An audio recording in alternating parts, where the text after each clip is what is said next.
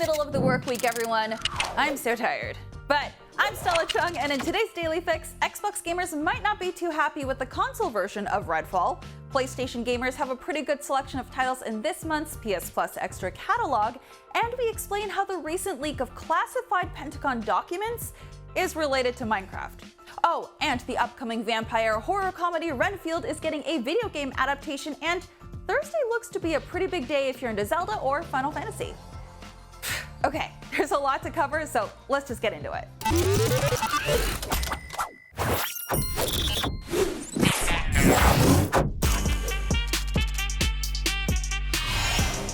Early this morning, Bethesda dropped a few details on how its upcoming supernatural shooter Redfall is going to run on consoles. If you're a frame rate nerd like me, you might not like this.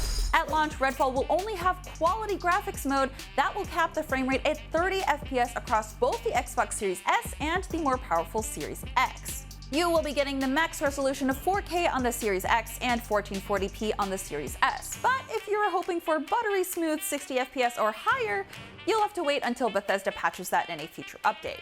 And speaking of the post-launch update, Bethesda is also working on getting rid of the always online requirement for the game, which will be the default at launch even when you're playing solo. No word yet on when Bethesda plans on providing a patch. Redfall is arriving exclusively for PC and Xbox Series consoles on May 2nd and will be available at no extra charge to Game Pass subscribers. The game's director Harvey Smith confirmed with IGN France that Redfall was in development for the PlayStation 5, but obviously things changed when Microsoft acquired Bethesda and they wanted to prioritize the Xbox versions.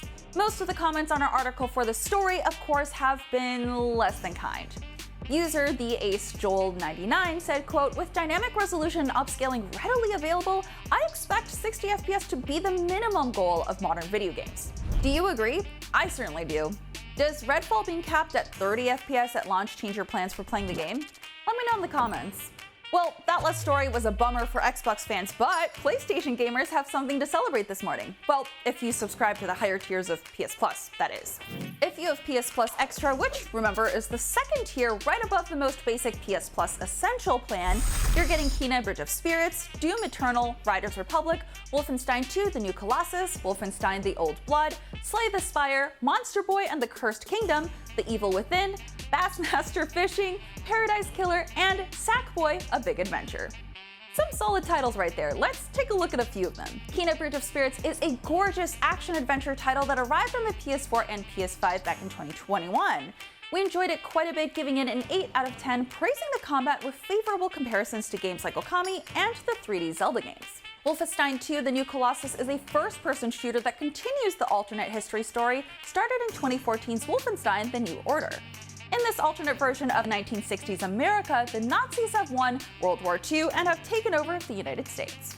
Wolfenstein The Old Blood is a standalone prequel set in 1946. The New Colossus received a 9.1 from us, while The Old Blood got a 7. And there's Paradise Killer, a murder mystery adventure set on the island of Paradise. It's like an open-world game mixed in with visual novel elements where you have to piece together the story yourself. We loved this game, giving it a 9 out of 10.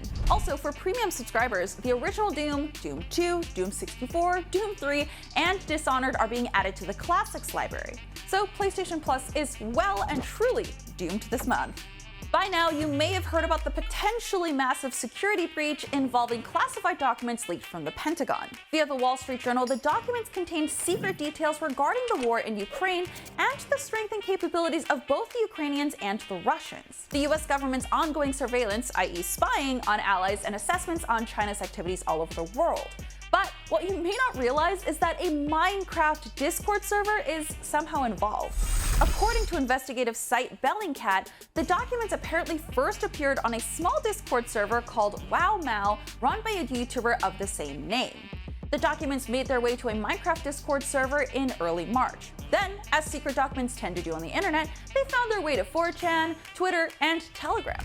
However, Bellingcat notes that the leak may have started as early as January on a Discord server called Thug Shaker Central. That server no longer exists, so it's hard to verify those claims. The Minecraft server in question is called Minecraft Earth Map. On March 4th, two users were apparently arguing over Minecraft maps and the ongoing war in Ukraine, when one of them, possibly to prove a point, posted 10 documents about Ukraine. That user apparently wrote, "Here, have some leaked documents," highlighting the fact that they knew these were illegally obtained. The documents were on the server for more than a month before US officials took notice. The Wall Street Journal has called the leak, quote, "one of the most significant leaks of highly classified US documents in recent history." The origin of the leak is still unknown, but obviously the government is looking into it. In considerably less politically damaging news, the upcoming Nicolas Cage horror comedy Renfield is getting a video game tie-in, and it looks an awful lot like Vampire Survivors. The game, titled Renfield: Bring Your Own Blood, is available now on Steam Early Access for $4.49. Players can choose different characters with different abilities. Dracula, played by Nick Cage in the movie, will send the player off on various fetch quests that mimic the plot of the movie. Vampire Survivors launched in December 2021 and very quickly blew up. Renfield the movie is out this week in theaters and sees Dracula's assistant, Renfield, played by Nicholas Hoult, standing up to his demanding boss. And finally, Zelda and Final Fantasy fans are getting closer looks at those franchises' upcoming games this Thursday, April 13th. The final trailer for The Legend of Zelda: Tears of the Kingdom is dropping ahead of its launch in May. We also recently got a deep dive into some of Link's new abilities, so we're really excited to see what else Nintendo is willing to show us. And a PlayStation State of Play is arriving that same day with more than 20 minutes of gameplay from Final Fantasy XVI. Sony hasn't specified if Final Fantasy XVI is the only title at this State of Play, but either way, we can't wait. The State of Play starts at 2 p.m. Pacific. Are you bummed about Redfall's 30 FPS cap? And are you going to catch up on anything in the PlayStation Plus Extra catalog? Let me know. And also, while we're at it, how do you spell catalog? I spell it with UE at the end, but Google Docs keeps telling me I'm wrong. Anyways, if you're looking for something else to watch, check out our first hands-on preview for Aliens: Dark Descent. I'm Stella, and I'll see you next time.